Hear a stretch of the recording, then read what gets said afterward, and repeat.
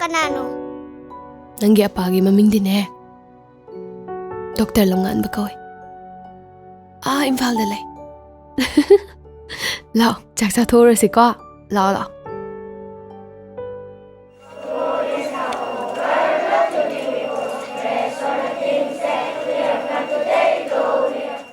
Aikhoina angangsing sida mangala mapinaba school asibu chakhatnanaba aikhoi punna honaminas ko. Punna honaminas. Ado ma'am ai class am talaro ki. Hoi. Angangsa ngasidi no back day ni. Nakhoi nungaire ko. Akhoina lairiba art asi god na sembani. Ado ai ngasi question ama hange. Who is your real father? Anyone can say? Naki asengba ipa kanano? Anybody can say? I can see, sir. Yes, Sanamatum. Who is your real father? My father's name is Dr. Longan ba.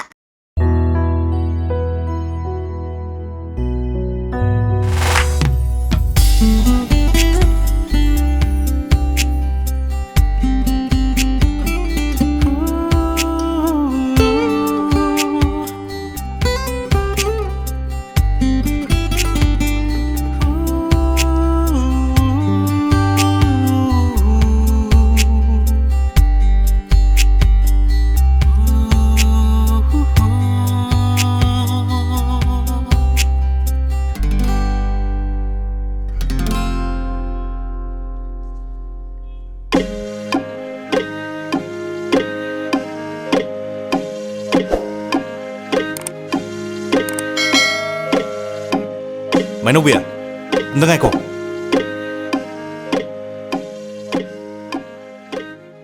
Ibunga, nagkakala mo. Cho, mama lagi. Cho. MANAOBI, I know the wam tahningi. Kayo ano? MANAOBI, nang na iko'y consider glip siyam kuire. Nang buhay ni hek ubadagi, wakal kuy na kalabane. Ipakulak pa da suwo, ay naswayge. Aigi, ima ipa na swahenge. Kayo wafam no? Ayak, nang bu, aigi nupi na laurage MANAOBI. Nang inasa no paso, aigi isasang na yoke. Joseph. Ay na hayri bawase, asumbo wafam ne. Ayak, yam na muna kalaga haibane. Ay nang bu yam na pame. Adum na hay gano, Joseph. Adumay hay no. Aibu, nangi ima ipa na hekpok pa. Nangi na chalmag na hay na kanbiyo. Ay di laibag yam na thida kun sida laki mane. Ay di ipa kulak pag imanakta sa idang laga hingjaba punsini. Ay na nang buwahaloy ni MANAOBI. Joseph, ay nupa layra ba nupi man eh. Ay nupa na, ay busoy na nalaw balaki ni. Ay nupa na, ay icha nupa, ay bususoy na nalaw balaki ni. Nang nakulat sid laybase, sa itarug hele. Nang inupa na, never. Nang bulaw balaka ni ay ba itazade. Mahang na ibusoy na nalaw balaka ni. Nang giwado, anirahan na hay gano.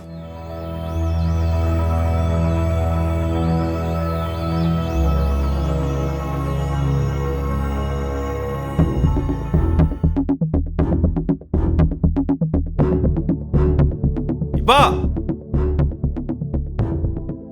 Bakulak ba? Kanalo? Ay ni ba? Joseph ne?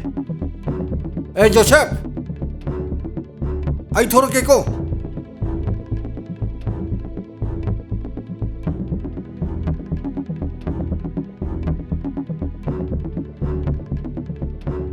Joseph! Ba? Kari leire? Lao, kaklo. Pamu sido.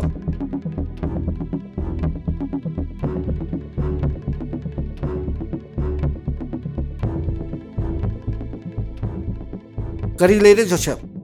Bakulak ba? Ayak, nangon da request sama to balak pane.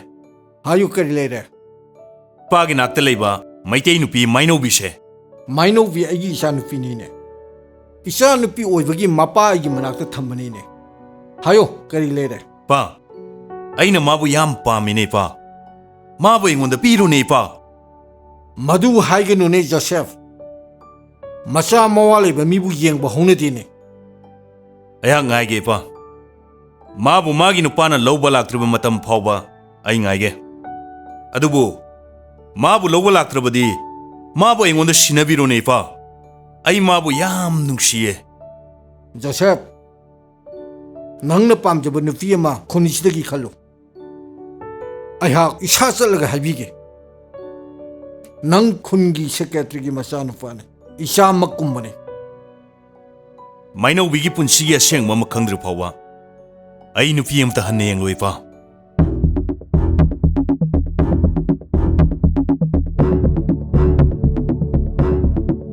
Ai chaleipa.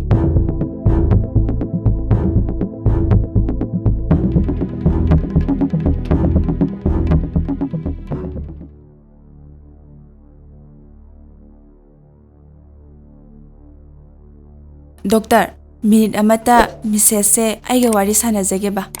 Fani doctor.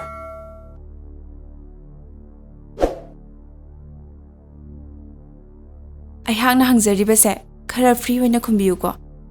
Haibiyo doctor.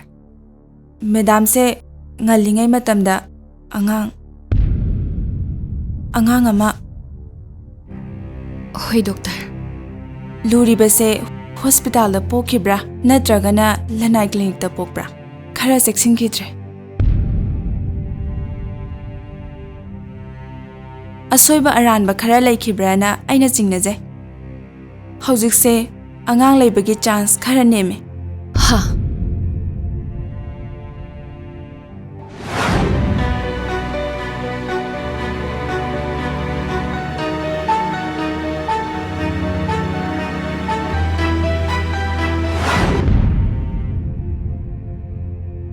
Henzina su khanbiganuda ai Dr. Lamngan bagasu wari sanajage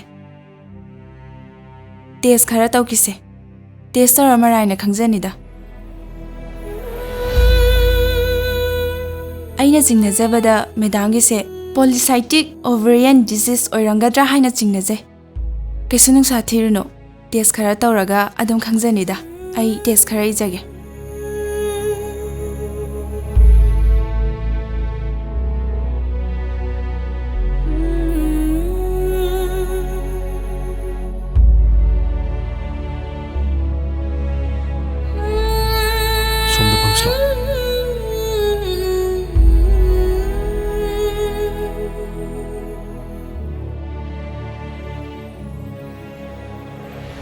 Fazay ko mafam siya. Fazay. Ado yay pabiya. Ay kino madihang Hekta haibiyo. Akoy anigi luhong mo namiki ayang dagi. Ay ipungda. Nanggi maramda wahangki hangki. Adubo. Naung na tingnarubi na hakpo nungshiruba. Amadi. Ay gimung amadi. Nahaki mungi ikay kunabang akto na. Ay, nanggi na pumda wahang amta siyang bangam kiti. Luhong dringay ay asengba wari pumnamak lithok na ba kaya ra honaki. Adubu, naki unararoy siya haiba wahido na. Ay bulang taknahan ki. Matamduda, pukning na pao kiba awaba to. Ngasi suloydri. Hingmina se kalabadi. Hingmina gada misaga dugi maral tiroy dabane. Naha, ay hakile mauri punsi simugi hingmina gada bane. Ay nangi naral tiroy. Nangi haukiba punsi malera me ayduna. Ay hakna nangu miray roy. Punsi simugi taduay. Asawba misingdi mahusana wakal jawe, pukchel jawe. Nahak ngakbihay. Amadi pukchel jawe hayduna. Ay hak nambudi minamloy. Nahak na lang tok na ribawari daw ay butahalo. Ay nahaki punsigi lengdrabang marumne. Singnaba mata sulayta na nahaki wari daw ay wanda liyo. Ay hak imana luna torok pumasano pine. Imana luna tawrakpagi matik kena mauna yoe. Aigi schooling Manipur da loiraga. College ki punsi Delhi da damki. Thaudok singdo aigi college ki punsi ki matamne. Na na na na.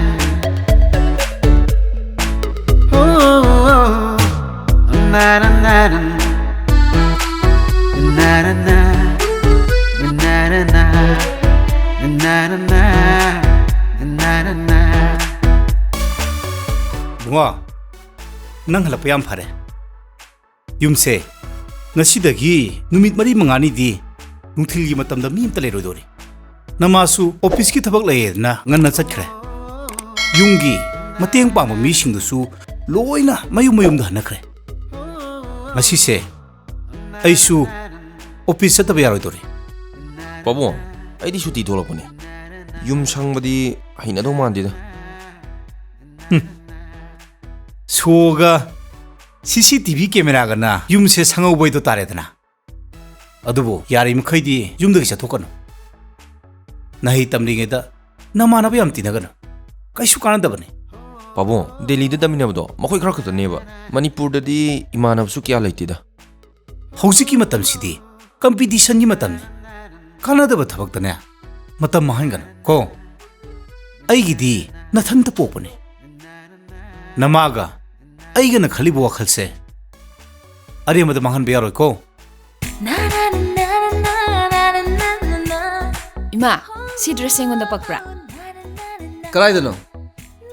Mi thabak chattoine. Fazare ne.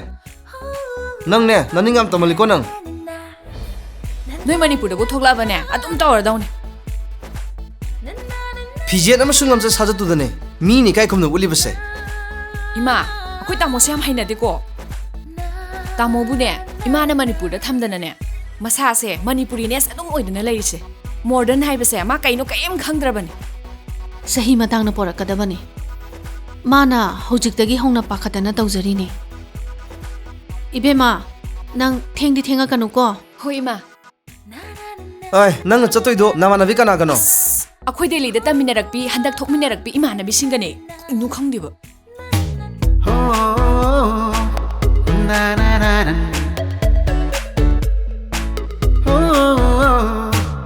Na na na na. Kaigino nabani na so am thengai sibo. Noi sangkiba uida. Nabani hantak mara kainomi tawi ko. E, kasu tawjade akhat pija. Yengnariba mityeng na yengduna loi khangeda. Se sida phamuse. Akhoi theng baine, ai kainomdi kong tare dana. Law chaslo. Akhoi mchause. Chanam lo jlo. Noi phamu ko. Nabani se kamai tong nei no. Akhoi ching nei ne.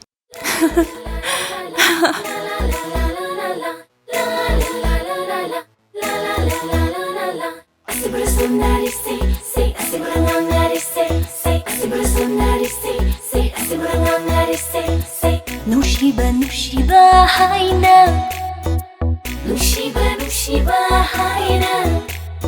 Asibra sunari say asibra nangari say asibra sunari say asibra nangari say Nushiba haina.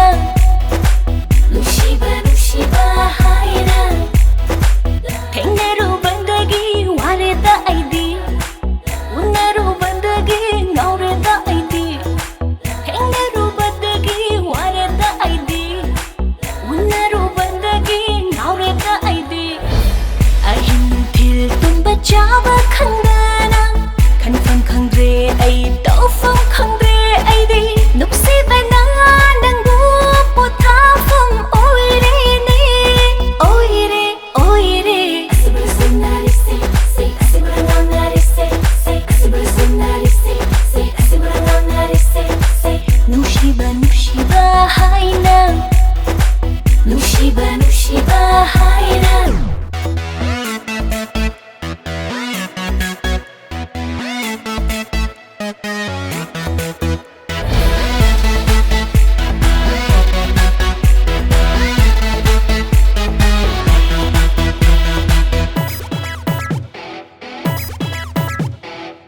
Tengna bangi kupta ushinanda saba. ꯅꯪꯅ ꯆꯠꯈꯤꯕ ꯂꯣꯅꯦꯟꯖꯍꯧꯕ ꯅꯪꯒꯤ ꯃꯪꯂꯥꯟꯗ ꯏꯉꯧꯗ ꯉꯧꯖꯕ ꯅꯪꯒꯤ ꯋꯥꯈꯜꯗ ꯃꯣꯃꯣꯟ ꯅꯣꯛꯆꯕ ꯑꯩꯒꯤ ꯏꯇꯧꯗ ꯑꯋꯥ ꯀꯅꯥꯅ ꯀꯔꯤ ꯈꯟꯈꯤꯅꯤ ꯀꯔꯤ ꯍꯥꯏꯈꯤꯅꯤ ꯍꯥꯏꯐꯝ ꯈꯪꯗꯕ ꯇꯧꯐꯝ ꯈꯪꯗꯕ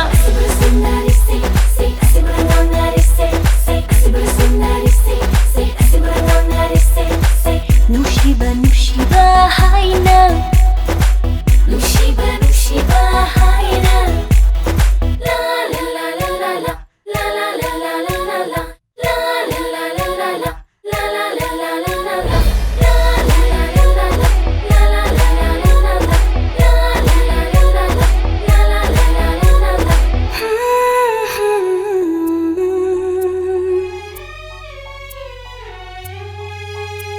Inakta lady makhay kaya da nungayba Init na nang buyen fung khangdaba Inakta lady makhay kaya da nungayba Init na nang buyen fung khangdaba Mafam khuding matang khuding Yengdubada nang bu mitmang da tauba Nangi wakhalda achikpada pamba Nangi manglan tumdana mamba Asibrasunari say asibrasunari say Nushiba nushiba haina Nushiba nushiba haina Thengnaru bandagi wareda aidi Unnaru bandagi ngaureda aidi Thengnaru bandagi wareda aidi Unnaru bandagi ngaureda aidi Ahin thil tumba chaba khangdana Khanfam khangdre ai taufam khandre ai di Nupsibana nangbu pothafam oire ne oire oire Asibrasunari say asibrasunari say Nushiba nushiba haina Nushiba nushiba haina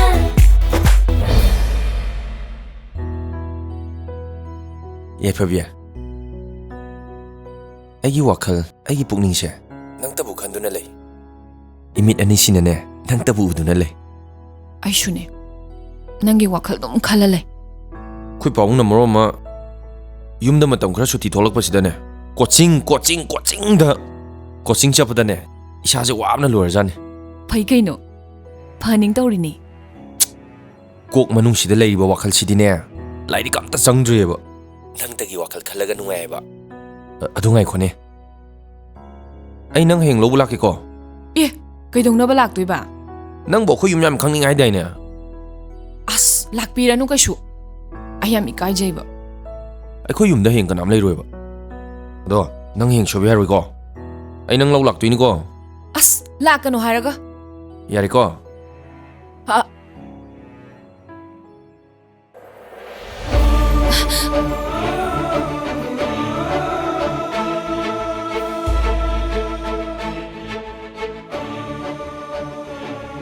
ꯀꯩꯅꯣ ꯅꯪ ꯇꯧꯏꯁꯦ ꯌꯥꯝ ꯄꯥꯈꯠꯂꯦ ꯅꯪꯕꯨ ꯅꯨꯡꯁꯤꯕꯒꯤꯅꯦ ꯑꯩ ꯅꯪꯕꯨ ꯊꯃꯣꯏ ꯁꯦꯡꯅ ꯅꯨꯡꯁꯤ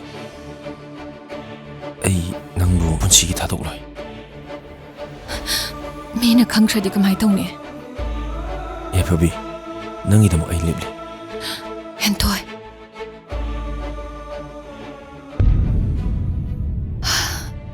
ꯏꯪꯈꯠꯂꯛꯄ ꯃꯇꯝ ꯑꯩꯅ ꯆꯍꯤ ꯅꯧꯔꯤꯉꯩ ꯑꯉꯥꯡ ꯑꯃꯒꯤ ꯃꯃꯥ ꯑꯣꯏꯈꯤ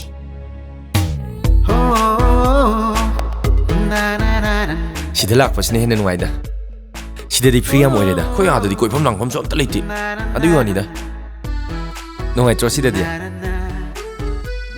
ꯍꯟꯗꯛ ꯃꯔꯛꯁꯦ ꯏꯁꯥꯁꯦ ꯏꯅꯨꯡ ꯅꯨꯡꯉꯥꯏꯇꯦ ꯑꯣꯅꯤꯡꯁꯨ ꯇꯧꯋꯦ ꯀꯃꯥꯏ ꯇꯧꯔꯤꯅꯣ ꯍꯥꯏꯁꯤꯕꯣ ꯑꯩꯅ ꯆꯤꯡꯅꯕ ꯑꯃ ꯂꯩ ꯀꯩ ꯆꯤꯡꯅꯩꯅꯣ ꯍꯥꯏꯁꯤꯕꯣ ꯅꯪ ꯌꯥꯝ ꯐꯠꯇꯦ ꯑꯗꯨꯅꯅꯦ ꯑꯩꯉꯣꯟꯗ ꯆꯦꯟꯖ ꯑꯣꯏꯔꯛꯏꯁꯦ ꯑꯩꯗꯤ ꯅꯍꯥꯛꯄꯨ ꯅꯨꯡꯁꯤ ꯅꯪꯕꯨ ꯀꯅꯥꯒꯤꯁꯨ ꯑꯣꯏꯅꯤꯡꯗꯦ ꯃꯗꯨꯅꯅꯦ ꯑꯩꯅ ꯆꯤꯡꯅꯔꯤꯕꯁꯤ ꯑꯣꯏꯔꯝꯃꯗꯤ ꯀꯝꯗꯧꯅꯤ? ꯑꯩꯈꯣꯏꯅꯤ ꯂꯨꯍꯣꯡꯉꯁꯤ. ꯂꯥꯏꯔꯤꯛ ꯇꯝꯕꯗꯤ? ꯂꯨꯍꯣꯡꯉ ꯃꯇꯨꯡꯗ ꯇꯝꯃꯁꯨ ꯌꯥꯏꯗ. ꯑꯩꯒꯤ ꯅꯨꯡꯁꯤ ꯈꯨꯗꯣꯜꯗꯤꯅꯦ ꯂꯦꯝꯅ ꯑꯝꯇ ꯃꯥꯡꯍꯜꯂꯣꯏ. ꯑꯩꯈꯣꯏ ꯄꯥꯎꯡꯗꯅꯦ ꯏꯕꯥꯅꯤ ꯂꯨꯍꯣꯡꯅꯕ ꯍꯥꯏꯅꯔꯒꯦ. ꯑꯩꯈꯣꯏ ꯏꯃꯥꯅꯗꯤ ꯂꯨꯍꯣꯡꯕ ꯌꯥꯔꯒꯗꯕ ꯃꯥꯟꯗꯦ. ꯅꯍꯩ ꯃꯄꯨꯡ ꯐꯥꯅ ꯇꯝꯈꯣꯏꯔꯛꯀꯅꯤ. ꯑꯁ ꯅꯪꯒꯤ ꯐꯤꯕꯝꯁꯤꯗꯕꯨ ꯀꯃꯥꯏꯅ ꯂꯨꯍꯣꯡꯗ꯭ꯔꯗꯤ ꯌꯥꯗꯣꯏꯅꯣꯕ? ꯁꯦ ꯂꯨꯍꯣꯡꯅꯕ ꯑꯩꯈꯣꯏ ꯄꯥꯎꯡꯗ ꯍꯥꯏꯅꯔꯒꯦ. ꯁꯦ ꯂꯥꯛꯑꯣ ꯆꯠꯁꯤ. ꯆꯠꯁꯤ ꯂꯥꯛꯑꯣ.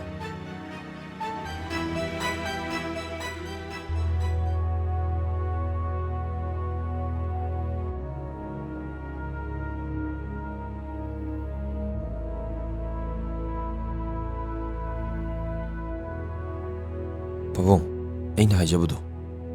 ꯑꯩꯅ ꯌꯥꯔꯣꯏ ꯍꯥꯏꯈ꯭ꯔꯦ. ꯀꯔꯤꯒꯤ ꯂꯨꯍꯣꯡꯗꯣꯏꯅꯣ? ꯍꯩ, ꯅꯪ ꯑꯩꯒꯤ ꯏꯆꯥꯅꯨꯄꯥꯅꯤ. ꯑꯅꯤꯁꯨꯕ ꯅꯠꯇꯦ. ꯃꯔꯨꯞ ꯃꯄꯥꯡ, ꯀꯩꯔꯣꯏ ꯂꯩꯀꯥꯏ, ꯁꯥꯒꯩ ꯅꯥꯇꯩ ꯄꯨꯝꯅꯃꯛꯁꯤꯡ ꯃꯃꯥꯡꯗ ꯑꯩ ꯍꯥꯠꯀꯦ ꯍꯥꯏꯔꯤꯕ꯭ꯔꯣ? ꯑꯩ ꯍꯥꯠꯀꯦ ꯍꯥꯏꯔꯤꯕ꯭ꯔꯣ? ꯅꯍꯩ ꯇꯝꯕ ꯂꯣꯏꯗ꯭ꯔꯤꯉꯩ ꯂꯨꯍꯣꯡꯕ ꯌꯥꯔꯣꯏ. ꯅꯨꯄꯤ ꯊꯤꯕ ꯌꯥꯔꯣꯏ. ꯄꯥꯕꯨꯡ, ꯀꯟꯗꯤꯁꯟ ꯑꯃꯒꯤ ꯃꯈꯥꯗ ꯍꯥꯏꯖꯕꯅꯤ. ꯀꯔꯤ ꯀꯟꯗꯤꯁꯟ? ꯅꯇꯣꯟꯗ ꯄꯣꯛꯄꯅꯤ ꯍꯥꯏꯗꯨꯅ ꯑꯩꯅ ꯅꯪꯕꯨ ꯅꯤꯡꯇꯝꯅ ꯊꯥꯗꯣꯛꯂꯨꯕꯁꯤ ꯑꯩꯉꯣꯟꯗ ꯀꯟꯗꯤꯁꯟ ꯊꯝꯅꯕ꯭ꯔꯣ? ꯅꯪ ꯑꯩꯅ ꯍꯥꯏꯕ ꯏꯟꯗ꯭ꯔꯕꯗꯤ ꯑꯩꯒꯤ ꯏꯆꯥꯅꯤ ꯍꯥꯏꯔꯣꯏ. ꯄꯥꯕꯨꯡ, ꯏꯆꯥ ꯅꯠꯇꯦꯅ ꯏꯟꯊꯣꯛꯀꯅꯤ. ꯀꯥꯟꯅꯗꯕ, ꯗꯤꯁꯇꯔꯕꯦꯟꯁ ꯑꯣꯏꯕ ꯀꯟꯗꯤꯁꯟ ꯄꯨꯝꯅꯃꯛ ꯃꯗꯨ ꯂꯣꯏꯅ ꯃꯥꯡꯍꯟꯈꯤꯗꯧꯅꯤ. ꯅꯪ ꯍꯌꯦꯡꯃꯛ ꯗꯤꯜꯂꯤ ꯆꯠꯈꯤꯗꯧꯅꯤ. ꯏꯝꯐꯥꯜꯗ ꯀꯨꯏꯅ ꯂꯩꯒꯅꯨ. ꯀꯥꯟꯅꯗꯕ ꯋꯥꯈꯜ ꯈꯟꯒꯅꯨ. ꯑꯩ ꯅꯊꯧꯗ ꯄꯨꯛꯅꯤꯡ ꯆꯪꯉꯨ. ꯈꯪꯉꯕ꯭ꯔꯥ?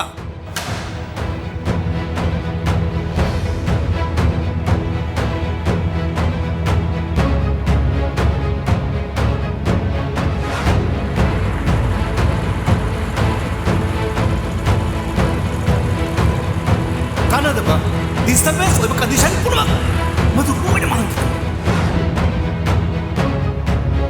ꯅꯪ ꯌꯥꯝ ꯐꯠꯇꯦ. ꯑꯗꯨꯅꯅꯦ ꯑꯩꯉꯣꯟꯗ ꯆꯦꯟꯖ ꯑꯣꯏꯔꯤꯁꯦ.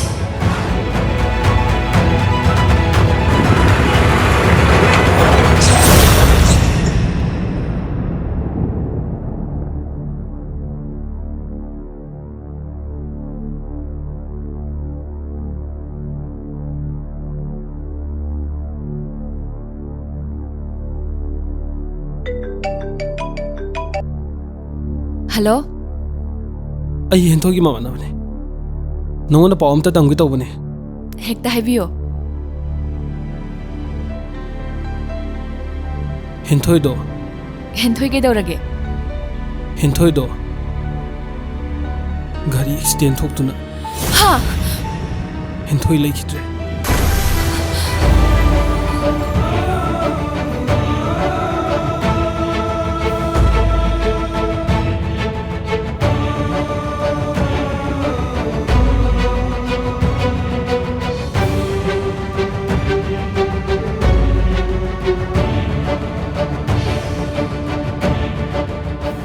ꯑꯩꯁꯨ ꯈꯪꯉꯤꯗ. ꯈꯪꯕꯗꯨꯅꯔꯥ ꯅꯪꯅ ꯑꯩ ꯁꯨꯝ ꯁꯦꯟꯅ ꯂꯩꯁꯦ? ꯅꯪꯕꯨ ꯑꯩ ꯁꯦꯟꯅꯗ꯭ꯔꯗꯤ ꯀꯅꯥ ꯁꯦꯟꯅꯒꯦ ꯍꯥꯏꯅꯣ? ꯑꯩꯅ ꯄꯣꯛꯂꯛꯏꯁꯦ ꯅꯪ ꯁꯦꯟꯅꯅꯕ ꯄꯣꯛꯂꯛꯏꯅꯤ.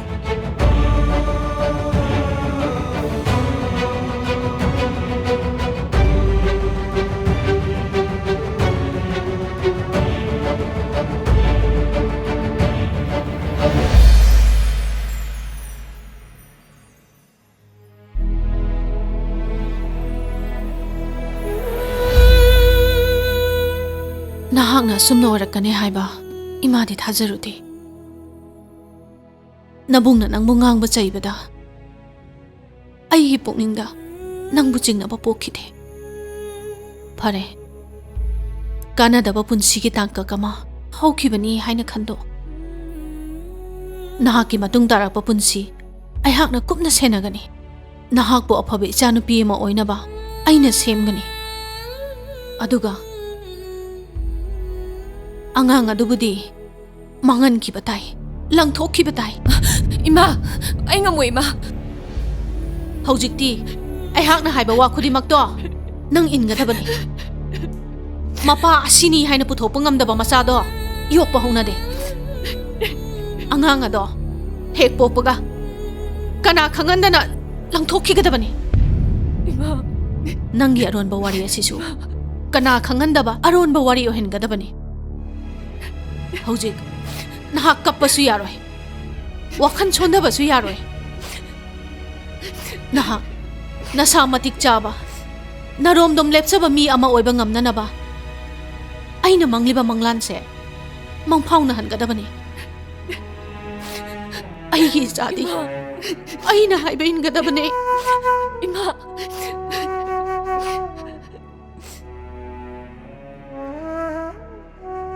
pokpada ngairiba pikliba angangdo imagi apambana ikutna langthoki isa kainabagi saina khol ngasisu aigi thamoida leiri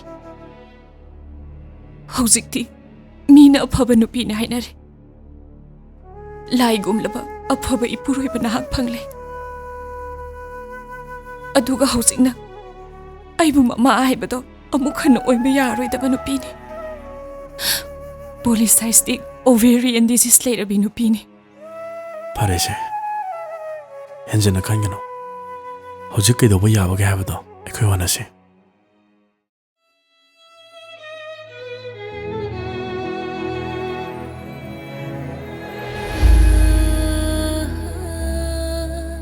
nangda doctor am oidriba phawba ai nangbu ngaiduna leigani nangbu nusibagi warepse masi punsigini aina hingliba makai ai warepse hongloi ai kanagi su oiroi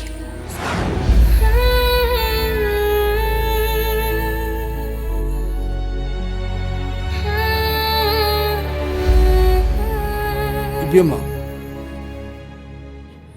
kaidore nangna sum ungaga fam leiribadi wakhan nungaitaba khangano nangi damakta ipa leiribasidi ipa khungi meeting ma chaluke nang ningthina leramuko hoyaba fattaba khangano ningthijina leramuko leramo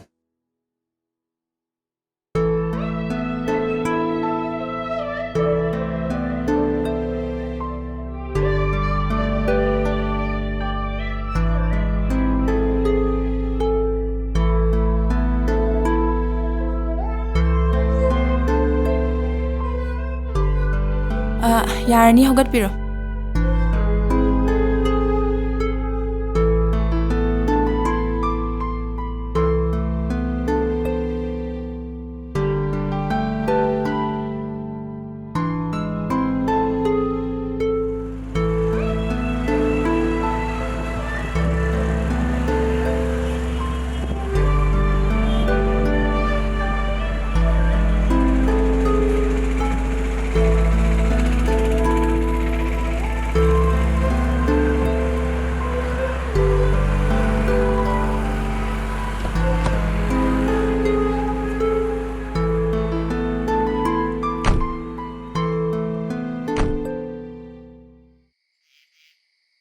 nangi doctor dubu paw phongnadrabo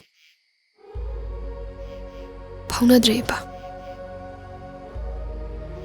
isu sana matumse doctor dugi machani hairabanina ai khoi doctor dugi khungul lipachimme mama mapai khoi isok chongna leiraga isabu matam kuina mingchat thin busumte nipado ai khoi na thisi ai haw nufadugi mama mapadu unagi ishagi namak ai hak kana bu shukidi imaga apagana ngasi haibiri wafamse aibu nungsibibagi haibani ai am harawe isha ningon gi damak mapa moina thodang lodrabati ai gi marup aduga isel dugi thawai mirelna namaga igabu soidana waroni MANAOBI napana harisi achumbani ima ai mafam asida lei haiba lekai gi tamo mana khangre makhoi yumgi su driver oibane ai thasai mana ai mafam sida leire hek tawada mahak soidana ai bulo lakani thajite lakpagi matam hele matam asida khoi thongna yauduni hingba chimte ison son tane hingba yadine ai khoi na nangi damakta lairi base mama mapa ama woina ni ne nangbu thiba laktrabadi ai khoi na nangbu thinpham thei nang yamna suffer tongmon khrene biema apa matam khara tanga ngai gise ai su kari tawgadage haiba warep ama khatang di lawzakhige adubu tumina leibidi yaroi ko ai mapani ni apa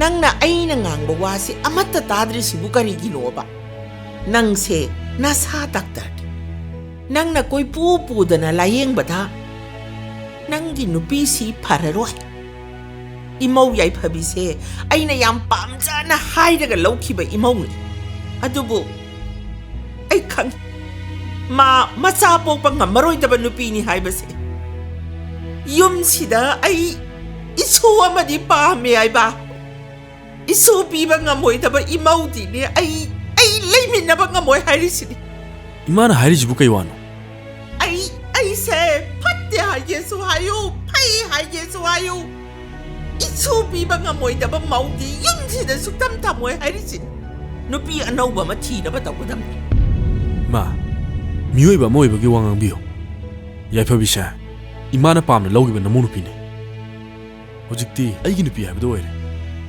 ai mabu thadu ponga moima nama ingondagi nangi nupi sina hielaba adum naga tawkhala abadine